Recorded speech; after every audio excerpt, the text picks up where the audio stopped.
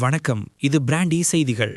நடுவானில் அல்ல, தரை இறங்கியிருந்த விமானத்திற்குள்ளேயே ஒரு போர்க்களமே நடந்துள்ளது. மும்பையிலிருந்து தாய்லாந்தின் கிராபி நகருக்கு செல்ல வேண்டிய இண்டிகோ விமானத்தில் நான் வண்டி ஓட்ட மாட்டேன் என விமானி திடீரென அடம்பிடிக்க ஆத்திரமடைந்த பயணிகள் ஆக்ரோஷமாக ரகளையில் ஈடுபட்ட வீடியோ இப்போது இணையத்தில் தீயாய் பரவி வருகிறது. விமானி ஏன் மறுத்தார்? பயணிகள் ஏன் கதவை உதைத்தார்கள்? அதிரடி தகவல்கள் இதோ. மும்பை விமான நிலையத்திலிருந்து நேற்று அதிகாலை 4:05 மணிக்கு கிளம்ப வேண்டிய 6E1085 இண்டிகோ விமானம் சுமார் 9 மணி நேரம் தாமதமாகியுள்ளது. பயணிகள் அனைவரும் விமானத்திற்குள் அமர வைக்கப்பட்டிருந்த நிலையில் விமானி தனது பணிநேர வரம்பி FDTL முடிந்துவிட்டது என கூறி விமானத்தை இயக்க மறுத்துள்ளார். இதனால் ஆத்திரத்தின் உச்சிக்கே சென்ற பயணிகள் விமான பணிப்பெண்களுடன் கடும் வாக்குவாதத்தில் ஈடுபட்டனர்.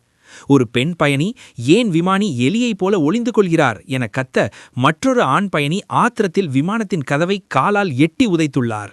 இண்டிகோ ஹாய் ஹாய் என முழக்கமிட்ட பயணிகளால் விமானமே ஸ்தம்பித்தது. இந்த சம்பவம் குறித்து இண்டிகோ நிறுவனம் அளித்துள்ள விளக்கம். தாமதத்திற்கான காரணம்: முந்தைய விமானம் வர தாமதமானது, விமான போக்குவரத்து நெரிசல் மற்றும் விமானிகளின் பணிநேரம் முடிந்தது போன்ற காரணங்களால் தாமதம் ஏற்பட்டது.